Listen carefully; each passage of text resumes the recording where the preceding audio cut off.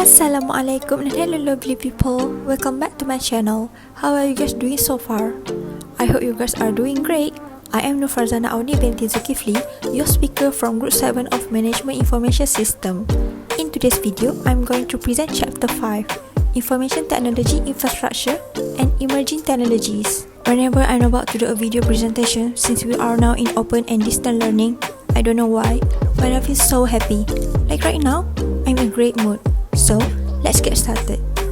Throughout subtopic 5.5, we will be discuss 3 challenges in creating and managing a coherent IT infrastructure which comprising of first, dealing with platform and technology change, second, management and governance, third one is making wise infrastructure investment.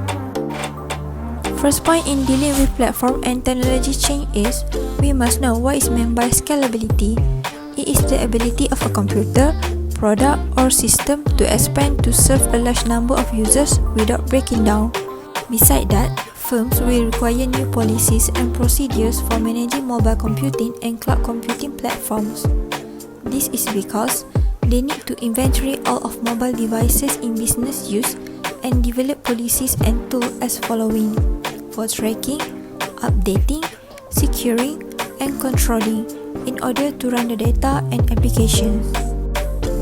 And firms also need to fashion new contractual arrangements with remote vendors to ensure that the hardware and software are always available for critical applications when needed. Move on to the next challenges is management and governance. Did you guys know, technically, there is a long-standing issue among information system managers and CEOs that has been questioning of who will control and manage the firm IT infrastructure. The important question about IT governance including as shown below. First, should departments and divisions have the responsibility of making their own information technology decisions, or should IT infrastructure be centrally controlled and managed? Similarly important, what is the relationship between Central Information System Management and Business Unit Information System Management, and how will infrastructure costs be allocated among business units? Consequently, each organization will need to arrive at answers based on its own need. In the same manner, challenges of making wise infrastructure investment. What you need to know is IT infrastructure is a major investment for the firm.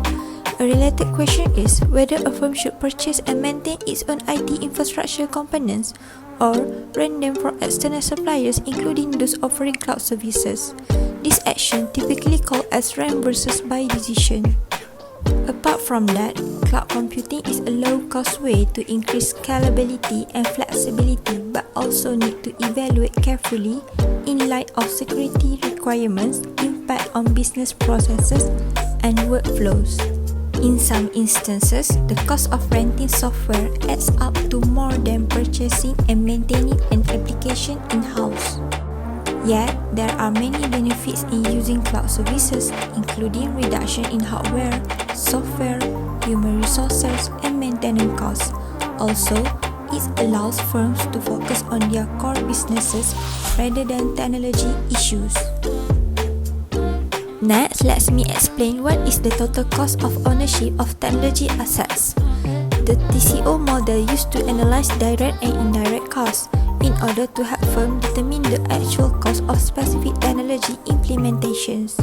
Furthermore, costs are higher if the mobile devices run many different applications or need to integrate it into backend systems such as enterprise applications.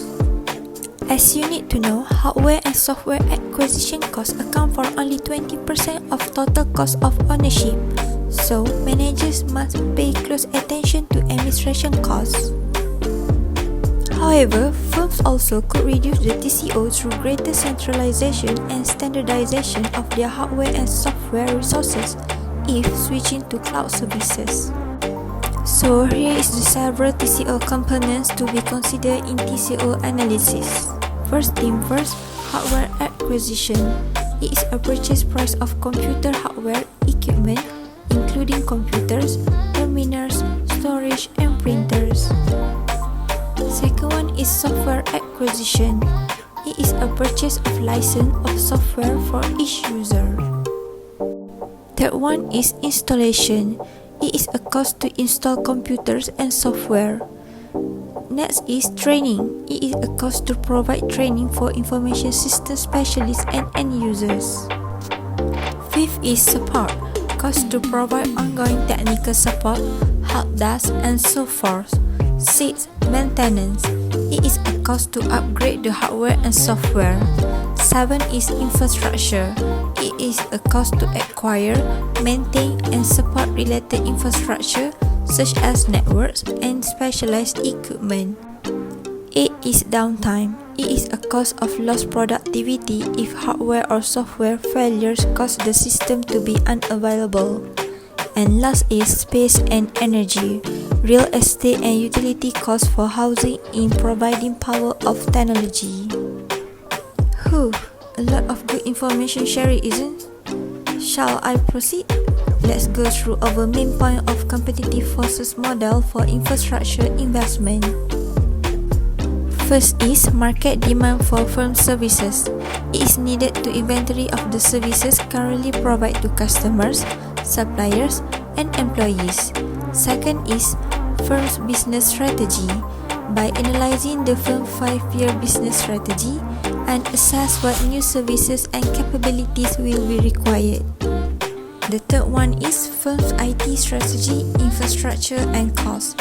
By examining the firm's information technology plans for the next 5 years, assess its alignment with firm business plan, and determine the total IT infrastructure costs. Next, information technology assessment. In most cases, it's usually not desirable to spend resources on advanced technologies that are still experimental, often expensive, and unreliable. Fifth, competitor firm IT services. Assess what technology services competitors offer to customer, suppliers, and employee by establishing quantitative and qualitative measures too. Last but not least, competitor firm IT infrastructure investment. Benchmark the expenditure for IT infrastructure against the competitors. So, my presentation for today has come to an end. That's all from me. Don't forget to subscribe to my channel because there are more interesting info I will be sharing to you guys. Also, don't forget to click follow button on my Instagram. Let's together share interesting news to others. Thank you for spending your time by watching this video. I have to go now. Catch up with you guys later. Bye bye.